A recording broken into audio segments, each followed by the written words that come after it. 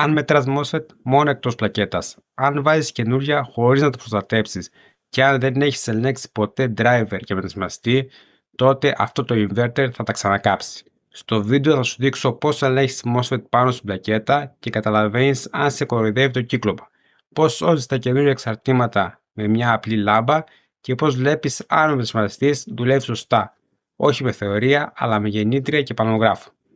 Είναι μετρήσεις που αν δεν τις κάνεις πληρώνεις MOSFET. Πάμε να δούμε την πλακέτα για να ξεκινήσουμε σωστά. Εδώ είναι το inverter. Έχω κάνει και παλιότερα βίντεο με αυτό. Είχε όμως πρόβλημα σε διαφορετική μονάδα. Το συγκεκριμένο έχει κάποιο πρόβλημα στην είσοδο των πάνελ. Όταν δηλαδή κουμπώσουν απάνω τα πάνελ και την ασφάλεια. Να σας δείξω 2-3 πραγματάκια στο ιστορικό του. Βλέπουμε εδώ πως είναι. Έχει τους μετασχηματιστές οι οποίοι ανεβάζουν την τάση των πάνελ στην τάση του δικτύου, και αν βάλουμε και ένα πολύμετρο στο DC input, εκεί δηλαδή που κουμπώνουν τα πάνελ, θα δούμε, αν το βάλουμε στο ohmmetro, θα δούμε ότι έχουμε 1 ohm. Βραχύκρωμα δηλαδή, και είναι λογικό να καίει την ασφάλεια όταν κουμπώσουν τα πάνελ για πάνω. Να πούμε ότι το συγκεκριμένο inverter είναι δικτύου, δηλαδή δεν παίρνει μπαταρίες, απλά κουμπώνουν πάνω τα πάνελ. Οι μετασχηματιστές με τη βοήθεια των MOSFET που είναι εδώ πέρα δουλεύουν σαν παλμοτροφωτικά παράλληλα μεταξύ τους συνδεμένα και ανεβάζουν την τάση κοντά στην τάση του δικτύου. Τα MOSFET που είναι εδώ πάνω στην ψύχτρα είναι για να κάνουν το διακόπτη στους μετασχηματιστές, το παλμοτροφωτικό. Και από κάτω έχουμε τα drive των MOSFET και τις ανορθώσεις. Οπότε έχουμε μια DC τάση στην έξοδο, η οποία κόβεται σε παλμούς με κάποια άλλα MOSFET μετά και συγχρονίζεται με την τάση δικτύου και είναι σαν να έχουμε μια γεννήτρια παράλληλα στο δίκτυό μας και κάνουμε έτσι εξοικονόμηση ενέργειας. Και φυσικά η πρώτη μέτρηση θα είναι με το διοδόμετρο πάνω στα MOSFET, να δουν αν είναι βραχυκλωμένα. Βλέπουμε ότι είναι βραχυκλωμένα. Έχει πάρα πολλά MOSFET πάνω, οπότε ό,τι και να μετρήσουν το διοδόμετρο δείχνει 0.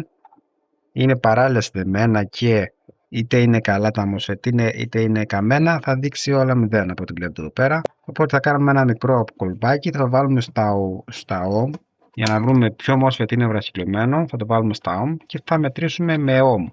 Και θα δούμε σε ποια MOSFET έχουμε τα πιο λίγα ohm. Εδώ παραδείγματος χάρη έχουμε τα ποδεράκια, βλέπετε 1 ohm.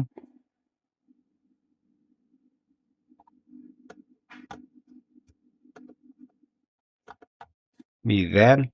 Σε αυτό το MOSFET έχουμε δηλαδή πολύ χαμηλή αιωνική αντίσταση. Αν πάμε σε ένα άλλο MOSFET, θα μετρήσουμε 3 ohm εδώ πέρα έχουμε. Βλέπετε 3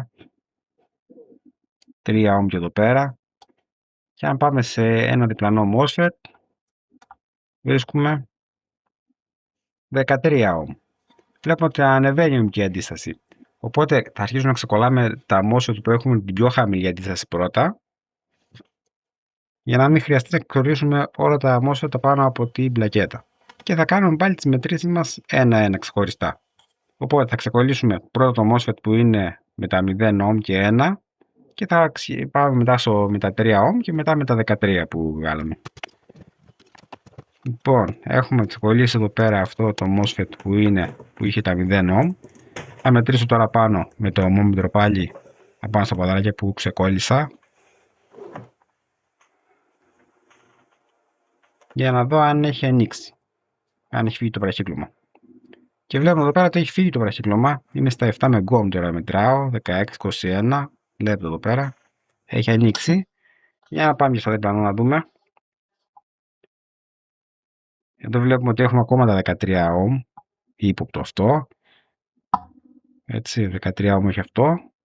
Και το άλλο που είχαμε μετρήσει πριν συνεχίζει να έχει τα 3 ohm. Βλέπετε εδώ πέρα, οπότε θα ξεκολλήσουμε τώρα αυτό με τα 3 ohm. Έχει ανοίξει το άλλο όπως βλέπουμε και έχει μείνει αυτό με τα 3 ohm. Οπότε θα ξεκολλήσουμε και αυτό και θα κάνουμε μετά πάλι τις μετρήσεις μας.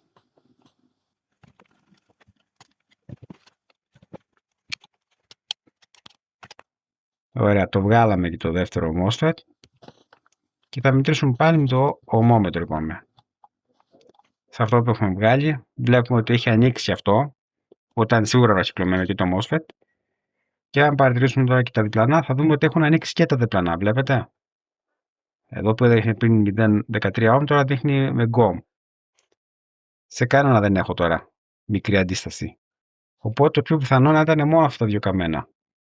Να μην έχω άλλο καμένο MOSFET. Αυτό το κάνουμε σε όλες τις πλακέτες που έχουν πολλά MOSFET και είναι παράλληλα συνδεμένα. Η τροφοδοσία τους βασικά είναι παράλληλα συνδεμένη, γι' αυτό δείχνει αν βραχύκλωση ένα, δείχνει όλα βραχυκλωμένα. Αλλά με το ωμόμετρο μπορούμε να βρούμε ποιο είναι πάνω κάτω το βραχυκλωμένο, να το απομονώσουμε και να βρούμε τα υπόλοιπα. Και για το λόγο του αληθές, μετράω για αυτά τα δύο που έχω βγάλει. Βλέπετε το ένα έχει 0, στο διοδόμετρο πάντα.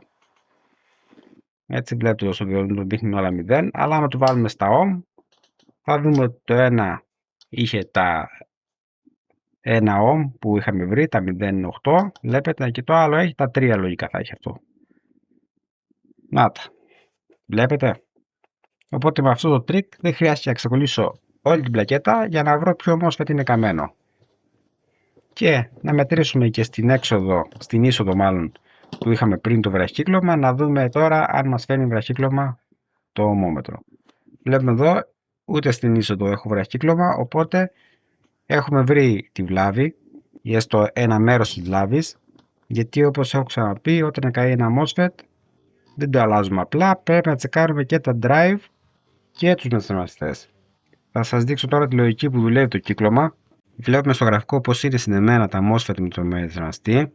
Ο μετασχηματιστής έχει στο πρωτέον ένα τύλιγμα με μεσαία λήψη.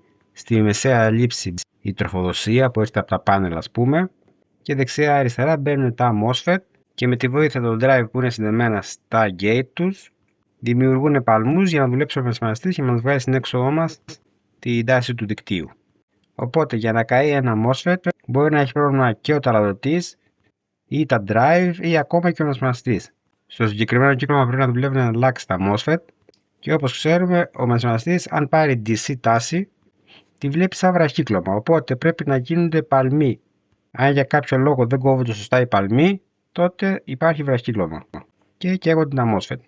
Οπότε για να αποφύγουμε την άσκοπη αλλαγή του MOSFET και να καίγονται ξανά, θα χρησιμοποιήσουμε ένα δεύτερο τρίκ. Θα βάλουμε μία λάμπα σε σειρά με τη μεσαία λήψη του μετασχηματιστή, οπότε αν υπάρχει περαιτέρω βραχύκλωμα να μην καούν τα MOSFET, αλλά να ανάψει η λάμπα, προστατεύοντας τα καινούρια MOSFET να μην ξανακαούν. Αυτό έκανα και εγώ σε αυτό το κύκλωμα. Έβαλα δηλαδή μία λάμπα σε σειρά. Βλέπετε εδώ έκοψα την πίστα και έβαλα τη λάμπα. Αντικατέστησα τα MOSFET και πάμε να το βάλουμε να δούμε τι γίνεται. Λοιπόν, εδώ έχουμε το inverter, το έχω βάλει στην πρίζα. Συνδέω και τα πάνελα πάνω και βλέπουμε ότι η λάμπα αναμένει σταθερά. Τι σημαίνει αυτό? Ότι υπάρχει κι άλλο βραχύκλωμα παρακάτω. Αν δεν υπήρχε λάμπα θα έχει ξανακάψει τα MOSFET. Το οποίο βραχύκλωμα τώρα δεν είναι από τα MOSFET, αλλά μπορεί να είναι είτε από drive είτε από τους μετασχηματιστές. Εγώ απομόνωσα τα μισά τροφοδοτικά που υπάρχουν πάνω στο κύκλωμα, την κάτω μεριά όπως το βλέπουμε, και παρατήρησα ότι το inverter δούλευε κανονικά μετά. Με τα μισά τροφοδοτικά μεν, αλλά ξεκίνησε.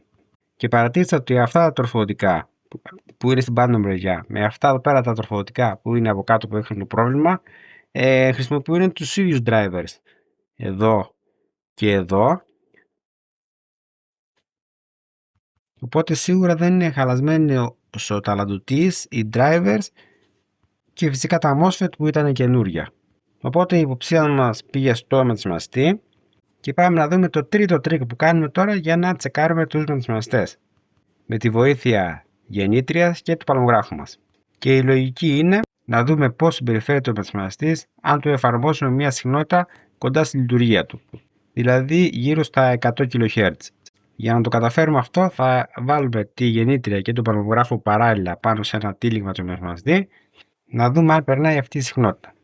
Λοιπόν, εδώ έχουμε δύο μετασχηματιστές και έχουμε και τον παλμογράφο μας που είναι και γεννήτρια μαζί. Είπαμε, θα ρυθμίσω τη γεννήτριά μου στα 100 kHz. Τα κροκοδιλάκια είναι γεννήτρια, το probe είναι ο παλμογράφος. Εδώ είναι η ρύθμιση της γεννήτριας. Βλέπετε εδώ 100 kHz. 2 V peak to peak. Σήμα εναλλασσόμενο. Και θα δοκιμάσω πρώτα στον ένα μετασχηματιστή. Θα βάλω το συν στη μεσαία λήψη και το πλήν της γεννήτριας πάντα στο ένα ποινίο στη δεξιά μεριά πρώτα και πρέπει να μετρήσω με το probe στη μεσαία ελλείψη, στο μεσαίο δηλαδή ποδαράκι, το σήμα τα 100 kHz που θα του δώσω. Λοιπόν, βλέπετε εδώ μεσαία ελλείψη και ακριανό και πρέπει τώρα με το probe να μετρήσω εδώ στο κόκκινο τα 100 kHz, τα οποία δεν τα βλέπω. Βλέπετε εδώ πέρα δεν υπάρχουν τα 100 kHz, ενώ άμα ξεσυνδέσω το ένα ποδαράκι υπάρχουν. Ενώ αν το συνδέσω εξαφανίζονται. Βλέπετε εδώ πέρα. Οπότε πάει να πει ότι ο μεσμαστής μου τα κολώνει αυτή τη συχνότητα, τη γιώνει δηλαδή, και λογικό να κύγει το MOSFET γιατί ζωηρίζεται πάρα πολύ εδώ πέρα. Δεν μπορεί να βγάλει τους παλμούς που χρειάζεται. Θα δοκιμάσουμε τώρα και στον άλλο μετρημαστή να το δούμε πώς δουλεύει σωστά. Βλέπετε, βάζω πάλι μεσαία ελλείψη και στην άκρη το πλήν μου και εδώ στη μέση. Τώρα στη μεσαία ελλείψη βλέπετε έχω τα 100 kHz. Τα βλέπετε εδώ πέρα. Έχει πέσει λίγο η τάση, λογικό αυτό. Βλέπετε, μόλις το βγάλω ανεβαίνει λίγο η τάση, το peak to peak. Μόλις το ξανασυνδέσω πέφτει πάρα πολύ λίγο, αλλά υπάρχουν τα 100 kHz, δεν κολλώνουν, οπότε αυτός ο μεσμαστής είναι σωστός. Οπότε τσέκαρα και τους υπόλοιπους μεσμαστές, βρήκα ποιος είχε πρόβλημα τελικά, τον άλλαξα και το inverter λειτουργήσε κανονικά. Το πρόβλημα δεν ήταν ούτε τα MOSFET, ούτε τα drive, ούτε τα ρουτής, απλά ήταν χαλασμένοι οι μεσμαστές. Βλέπετε εδώ να κάνουμε και τη δοκιμή μας.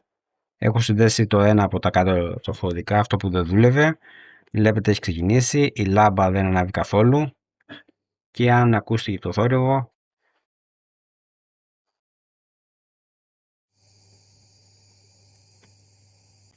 ακούμε τα 50 Hz που δουλεύουν οι μεσμαστές. Αν αυτό το βίντεο σε βοήθησε, κάνε ένα like για να δουν και άλλη τεχνική. Γράψε σχόλια αν θέλεις να δούμε περισσότερα για drivers, MOSFET, παγίδες σε inverter.